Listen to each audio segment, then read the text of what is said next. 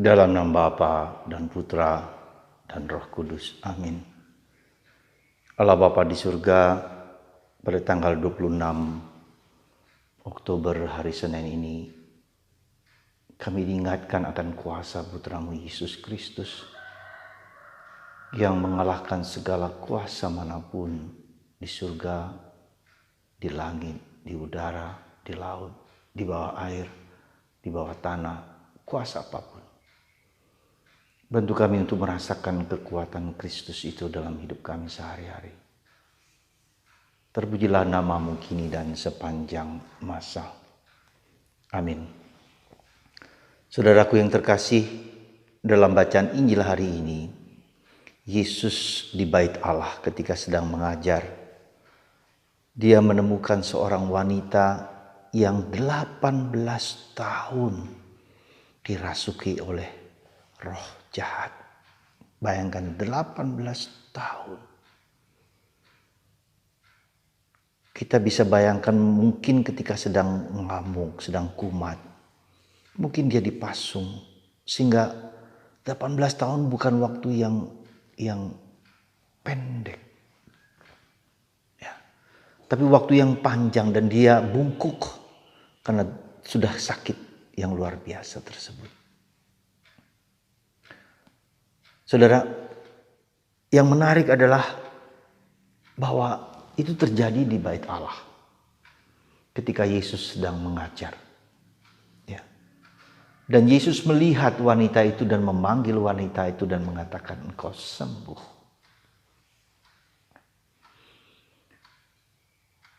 Dan wanita itu ditumpangi tangan oleh Yesus.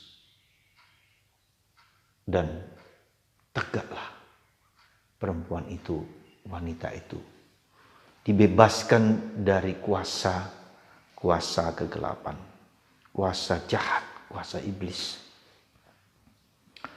Saudaraku yang terkasih dalam Kristus, kita berada dalam masyarakat yang penuh dengan kuasa-kuasa kegelapan. Orang mencari kekuasaan, jabatan, kedudukan dengan pergi ke dukun. Mengorbankan dirinya untuk bersekutu dengan kuasa iblis. Supaya mendapatkan jabatan, kekuasaan. Atau kekayaan. Mencari pesugihan. Entah pergi ke tempat-tempat yang dianggap dapat memberikan kesenangan, kekayaan. Kita juga mengenal dalam masyarakat kita ketika orang tidak suka, tidak senang, lalu disantet, didukuni, guna-guna, nujum. Dan itu realitas dalam masyarakat kita. Saudaraku yang terkasih dalam Kristus, kita tahu Yesus mengalahkan segala kuasa itu. Kita tahu, kita mengerti, kita faham. Tak ada satu kuasa manapun yang dapat mengalahkan Kristus. Maka dalam bacaan Paulus mengatakan tidak ada satu kuasa manapun yang dapat, yang nama apapun, semua bertekuk lutut di bawah kaki Yesus. Kita mengerti itu. Kita sadar itu. Tapi de facto, mengapa banyak orang, entah orang Kristen, entah orang Katolik, tetap bisa, mungkin bukan dirasuki oleh kuasa kegelapan, tapi dipengaruhi oleh kuasa kegelapan. Kita bisa lihat ada orang-orang merasa tertentu, tendernya kalah, padahal dia sudah melakukan yang terbaik, sehingga dia dikalahkan karena kuasa-kuasa tersebut. Ketika orang ingin mendapat posisi tertentu, maka dia mempengaruhi kliennya, mempengaruhi siapa untuk mendapatkan kuasa itu. Itu fakta yang terjadi dalam masyarakat kita. Saudaraku yang terkasih dalam Kristus, Memang Kristus telah mengalahkan kuasa kegelapan, kuasa dosa itu. Tapi kuasa itu harus juga kita alami secara pribadi.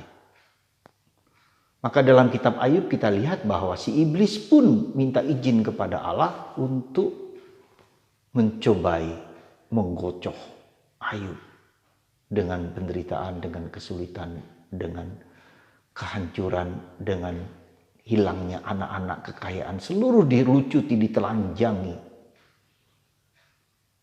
Jadi tidak jarang harus kita katakan, ya, ada penderitaan, ada sakit, ada kesulitan, ada masalah dalam hidup kita yang tidak jarang bukan karena suatu sebab virus, penyakit, bakteri, tapi mungkin juga ada kuasa kegelapan. Nah, maka itu, dan itu sangat halus, sangat lembut. Ya. Memang kita tidak cepat-cepat menduga-duga bahwa itu berasal dari kuasa kegelapan, tapi ketika sudah ada usaha dalam berbagai macam hal, pergi ke sana, ke dokter A, dokter B, dokter C, bahkan yang paling sulit sekali. Nah, disitulah saudaraku terkasih dalam Kristus, mengapa ini terjadi semua? Mungkin karena memang Tuhan mengizinkan itu terjadi supaya kita bersandar dan mendekat kepada Tuhan. Mungkin kita juga diingatkan supaya kita mendekat, berdoa, dan mohon pembebasan dari Tuhan. Yesus yang tersalib, yang menghancurkan kuasa dosa, kuasa kegelapan. Iblis, setan tidak bisa meniru-niru Yesus yang tersalib. Itulah kekuatan kita. Maka mari saudaraku terkasih, kita lari kepada Yesus yang tersalib. Kita mungkin harus dibentuk supaya Kristus yang tersalib itu hadir, kita merasakan kekuatannya, sehingga kita bisa membebaskan, atau Yesus membebaskan kita dari kuasa-kuasa kegelapan tersebut. Inilah kuasa kita, Yesus yang tersalib. Pandanglah Yesus selalu. Persembahkan hidup kita, hidupmu, hidup Anda, hidup orang-orang yang kita cintai, supaya Yesus mengunjungi kita dan membebaskan kita dari segala kuasa-kuasa tersebut. Itu juga menunjukkan kenapa terjadi, supaya kita sungguh-sungguh berdoa. Dan orang mengatakan, aku sudah berdoa Robo dengan cara. Mungkin doa kita harus diperdalam lagi. Ya. Mungkin kita juga harus berpuasa. Ada banyak sarana-sarana di dalam gereja, dalam kehidupan masyarakat kita, supaya kita bersandar dan menyerahkan diri kita kepada Tuhan. Nanti saya akan kirimkan kepada Anda doa-doa pembebasan dari kuasa kegelapan. Bunda Maria ini yang dikatakan dalam kitab Kejadian akan menginjak kepala ular. Ya, keturunanmu akan menginjak kepala ular, Bunda Maria. Dalam salah satu patungnya, ya kalau kita lihat terutama patung Legio Maria, Maria menginjak kepala ular. Lindungilah kami. Kalau kita bersandar, mohon pertolongan dari Bunda Maria. Bunda Maria akan memberikan itu kepada kita. Bunda penolong abadi, Maria Bunda Karmel. Inilah nama Maria yang diberikan kepada Karmel. Karena Maria di Gunung Karmel adalah Maria, Ibu Yesus sendiri. Dan diberi gelar itu karena Maria dari Nazaret, dari tanah suci. Dan itu merupakan anugerah bagi Karmel. Karena mendapat seorang ibu sebagai saudarinya.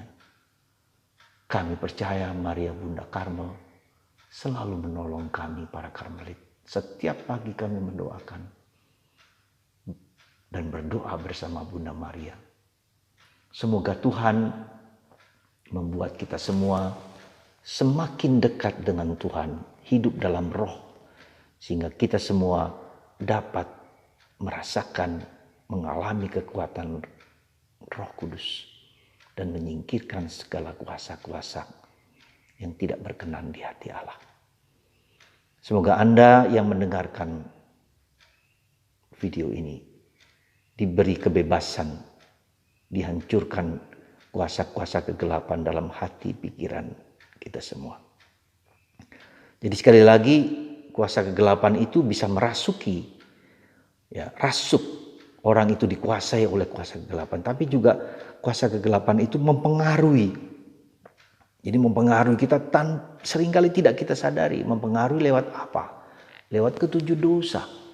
Kesombongan, keangkuhan, iri hati, cemburu, serakah, kikir, cabul, marah, malas. Itu bentuk-bentuk yang sangat halus di mana roh jahat mempengaruhi kita. Maka hati-hati begitu. Dan kalau kita melihat orang lain juga, itulah dia dipengaruhi oleh kuasa kegelapan. Semoga kita semua menjadi peka dan tajam akan kuasa itu. Berkat Tuhan lewat tangan hamba-Nya ini membebaskan Anda dari segala kuasa kegelapan, dari segala pengaruh kegelapan di dalam masyarakat, dalam hidup Anda, dalam rumah Anda, dalam pikiran Anda, dalam perasaan Anda, dalam tubuh dan raga Anda. Berkat Tuhan melimpah atas Anda semua. Dalam nama Bapa dan Putra dan Roh Kudus. Amin.